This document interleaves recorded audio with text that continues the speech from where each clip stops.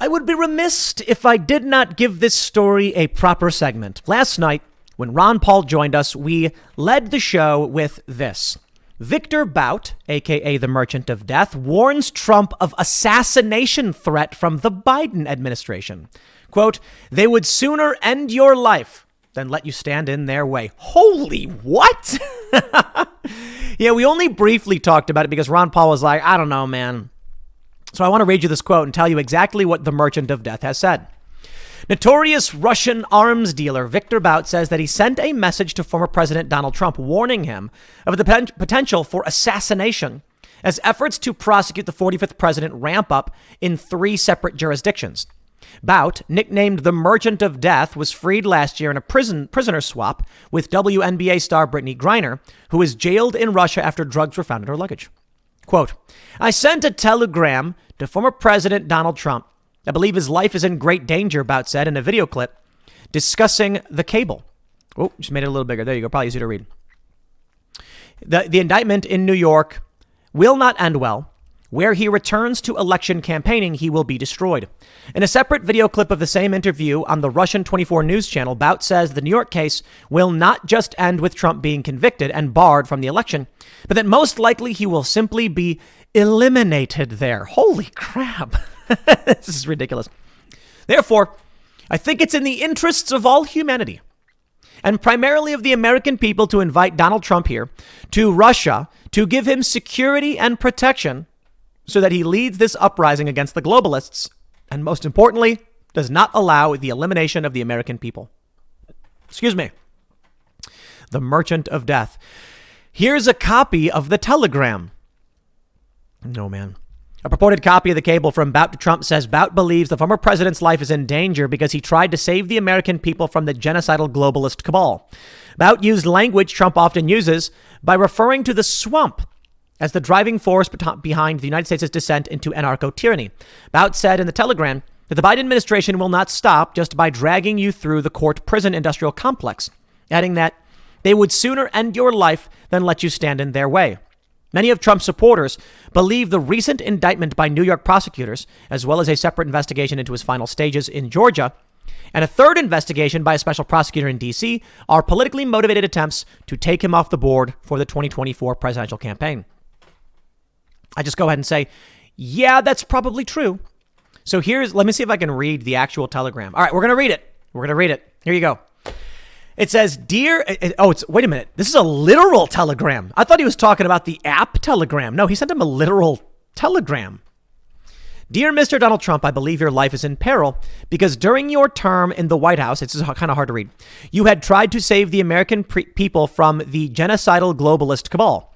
To protect the family and to prevent the global conflicts which are now destabilize the world, I'm just reading it verbatim.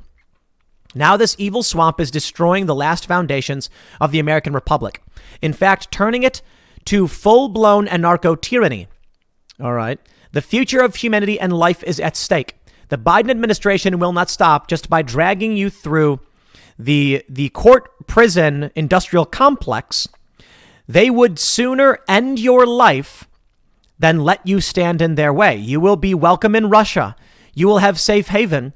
And from here, you can lead the fight for the American people, the rebellion against the globalists, and for the bright future of the planet. Sincerely yours, Victor Bout.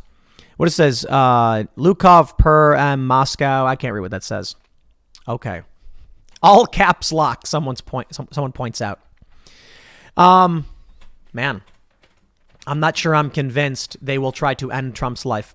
I don't think even the deep state does that anymore for the most part. Certainly with people like Gaddafi or Abdurrahman al-Awlaki, they'll certainly end your life. But let me tell you what I think. And we'll start by traveling back in time to last night. Ron Paul said he believes that the revolution already occurred, and it occurred in 1962 when the deep state killed John F. Kennedy. Wow. That was kind of a bold thing to hear.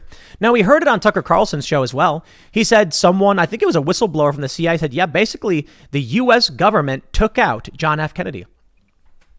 That was the coup. That was the revolution. Is it possible that something like that could happen today? In my opinion, no, I don't think so. I think they learned their lesson. And I think warfare and these tactics change with the advent of the internet and social media. Here's what I think. Character assassination is the preferred method of removing a troublesome person. It may be somewhat more difficult in a certain respect, but it has better long-lasting results than physical assassination. You take a look at Martin Luther King Jr., and Ron Paul points out that he and JFK and a bunch of other prominent individuals were removed, as it were. They died. And many on the left have pointed out that they believe the FBI killed Martin Luther King Jr. But when you kill these people, you lionize, you canonize, you make martyrs of. You make them legendary. And their ideas and the things they believed will stand for eternity because they were killed. You see, this stuff may have worked way back in the day before mass media. You've got a prince who is currently traveling from city to city, and he's got his, guards with him. And then you're like, we can end his reign right now. And you do. And then what happens is no one hears from him ever again. That's it. Someone shows up to the city and say he's gone. And I don't know. And without his influence, that's the end of it. But then you get mass media, recording devices that stand the test of time, videos, photos, etc. And that means that when this person dies, those words will persist and never change. You see, I think deep state individuals and actors back then didn't realize what mass media meant for assassination. They were just going by the book. And they said, whoa, we just made a big mistake. We just turned this guy into a legend of American history. Whoopsie. So what do we have now?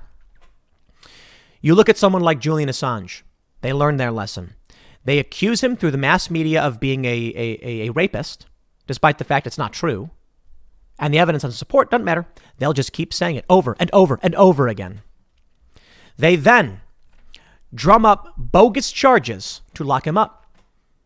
He was smart about this and he fled to the Ecuadorian embassy. Still, he was trapped inside that building for like a decade. That is how you put an end to a troublesome person. Character assassination and immobilization. And that is what they are doing to Donald Trump. I don't think his life is in danger. I really don't think so. I suppose the reality is that if the man ends up winning, then perhaps. Because if no other alternatives remain, then that may be the case. But when I take a look at Donald Trump, I can take a look at the media and how they've lied relentlessly over and over again about who he is, about what he wants, about what he does, about what he said. And it's obvious. It's character assassination, but it doesn't work because of social media. Then you take a look at what they're doing now in the courts. They are escalating their tactics. They are terrified. That's the reality. Escalating their tactics. They've got a civil lawsuit. Trump has to go back to New York to testify. Criminal indictment in New York, pending in Georgia, pending in D.C. 3. You think they're going to let this man go? And now, apparently they're saying he's got some kind of rape trial, or that's what these leftists are talking about. I don't know what's going on. They will make up anything they can to smear Trump. Let me see if we have that one. That's a latest news story. Yeah, this is from a few weeks ago, actually. This is absolutely insane. Here we go. And you see how they phrase it. Let's drop this one in. Trump wants to delay E. Jean Carroll rape trial so media frenzy over his criminal indictment can die down. This is not real. This is not a real story. I just don't believe that this crazy anti-Trumper woman who's screaming is telling you the truth. It's another attack. They want to smear Donald Trump in the worst way imaginable. This is what they do. Trump's lawyer says, blah, blah, blah, blah. The rape trial is currently scheduled to begin in Manhattan on April 25th. Longtime Elle Advice columnist E. Jean Carroll has accused Trump of raping her in a Bergdorf Goodman changing room in the mid-1990s and has sued for defamation and battery. Now, here's the crazy thing. How is that possible? It's 33 years ago. How could she sue over this? 33 years. What proof does she have of any of it? But here we go. Why? It's because they're just trying to destroy Donald Trump by doing whatever they can. So, maybe if Trump wins against all of this, maybe then his life really will be in danger and this merchant of death guy is telling the truth. But all in all, I would say this guy's a Russian. Russians don't like the United States. They've never liked the United States. They may like some things about it culturally, but what I mean is the government. And so the people who are working at the behest of the government and working with the government of Russia, they're not here for the betterment of the American people. They're here for the betterment of the Russian people, and I can respect that. But it also means I'm not going to trust you Not one bit. So, is he wrong, though? It's an opinion.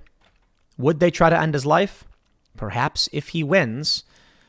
I don't know, man. It's hard to know exactly what's going on these days and the extent to which conspiracy theories are actually real. I'll leave it there. Next segment's coming up in a few minutes. Stick around, and I'll see you all shortly.